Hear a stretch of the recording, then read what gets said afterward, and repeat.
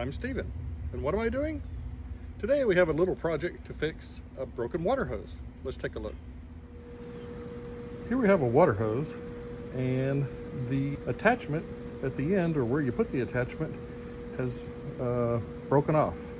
I don't know whether it was run over by a vehicle, a lawnmower, something. Anyway, as you can see, it's no longer there, so you can't attach it to anything. But there's still plenty of hose that remains, as you can see down the sidewalk here. So rather than toss out the whole thing, let's try and fix what we have.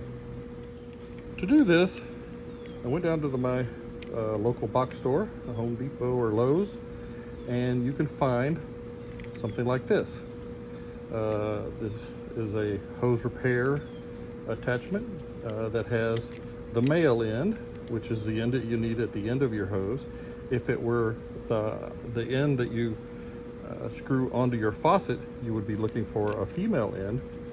And these come in a couple of different sizes and a couple of different shapes, but you want to make sure you get one that fits your particular hose. So this is a 3/4 inch hose, and so I got the 3/4 inch repair, and it comes something like this. We'll cut this off and then it'll come apart in two pieces. Let me show you. Now once you cut the tag off, you'll see you have two parts. This part is going to insert into the hose as far as you can. It may take a little bit of pressure and some twisting in order to get it in there, but we're going to work on that. This is the clamp that will clamp down on this once you have it on the hose, and you'll see that it's held together by a couple of screws. So let's remove the screws, and this will come into two pieces, and we'll be ready to get started. Other things you might need, one of course is a screwdriver or a power driver, depending on what kind of head these have on them, and a sharp knife in case you need to make a cleaner cut on the hose. So you see, once you take the screws out, the clamp comes into two parts. This is our hose end. So the end it's a pretty clean cut where this occurred.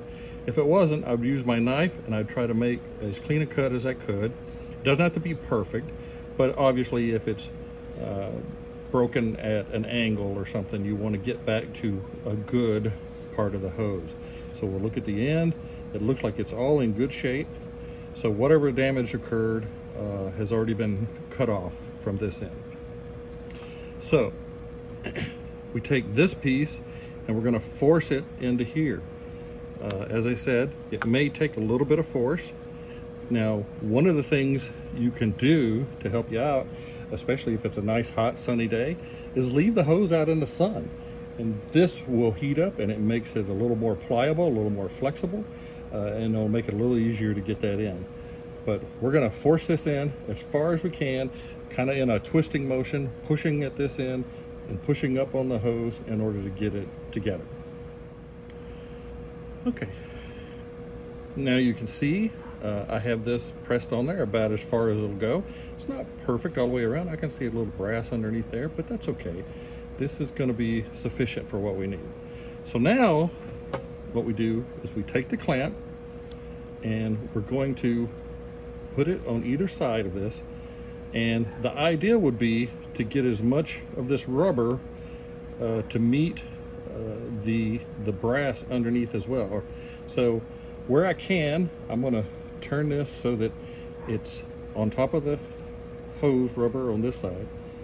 I'm going to put this back on this side,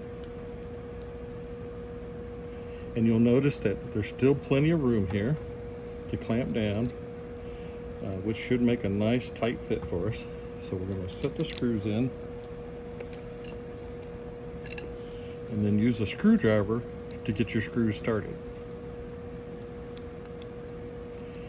I suggest using a screwdriver to get started because if you're trying to use a power driver, it might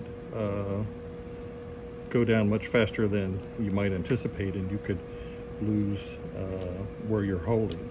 So we want to make sure we get this started using this way. Once you've got it started, if you have a power driver, feel free to do it. You might want to make sure that you don't over torque this. In theory, it could compress the brass underneath, but in this case, we hope it's taking all the pressure in the rubber part of the hose. And so there you see, I now have a hose that was broken with a new male end at the end of the hose, and I could go ahead and put on my hose attachments and use it the way I need to. All right, as you see, I now have my hose with my attachment on it. It's all pressured up and ready to go. This piece cost about $5 at your local store, maybe a little less if you get one that's it's not brass. I like the brass, but easy enough to repair rather than buying a whole $25 hose. And this is a good quality hose. It was sad to see that it had gotten broken, but now it's as good as new. So I'm ready to get watering again. I'm Steven. You've seen what I'm doing. Be sure to like, comment, and subscribe to see what Steven's doing. Thank you.